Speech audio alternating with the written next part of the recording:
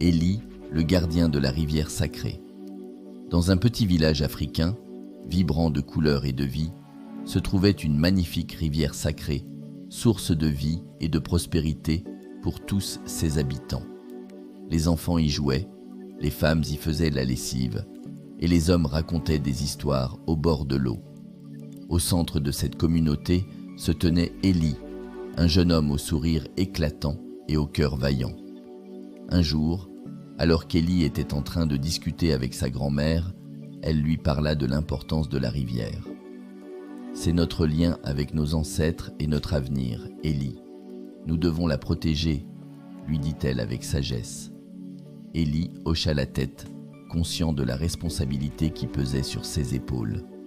Cependant, peu de temps après, des rumeurs commencèrent à circuler. Des bûcherons illégaux, attirés par la richesse des ressources de la forêt, menaçaient de détruire la rivière. Les villageois, inquiets, se rassemblèrent au cœur du village. Élie, voyant l'angoisse dans leurs yeux, prit la parole. « Nous ne pouvons pas laisser cela se produire. Ensemble, nous devons défendre notre terre et notre rivière. » Avec détermination, Élie mobilisa les villageois. Chacun apporta son aide.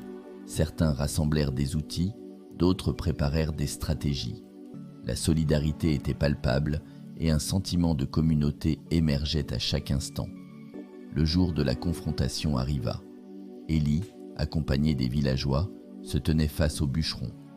Les hommes en uniforme, armés de tronçonneuses, avançaient, mais Élie ne fléchit pas. « Cette rivière est notre héritage. Vous ne pouvez pas la détruire », cria-t-il avec force. Les bûcherons, pris de court par la détermination des villageois, sous-estimèrent leur esprit combatif.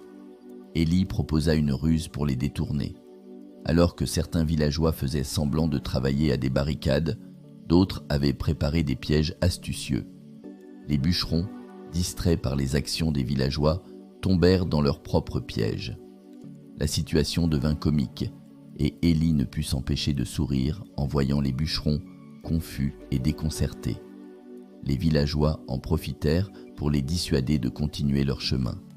Finalement, les bûcherons, réalisant qu'ils ne pouvaient pas gagner, battirent en retraite.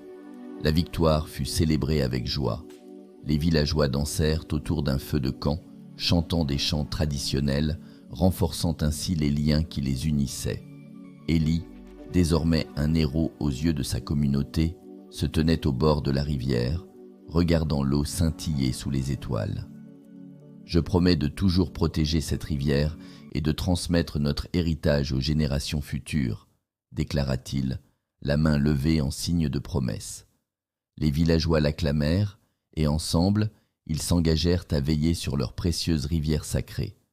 Ainsi, Élie devint le gardien de la rivière, un symbole d'unité et de courage pour son village, rappelant à tous l'importance de protéger leurs terres et leur patrimoine.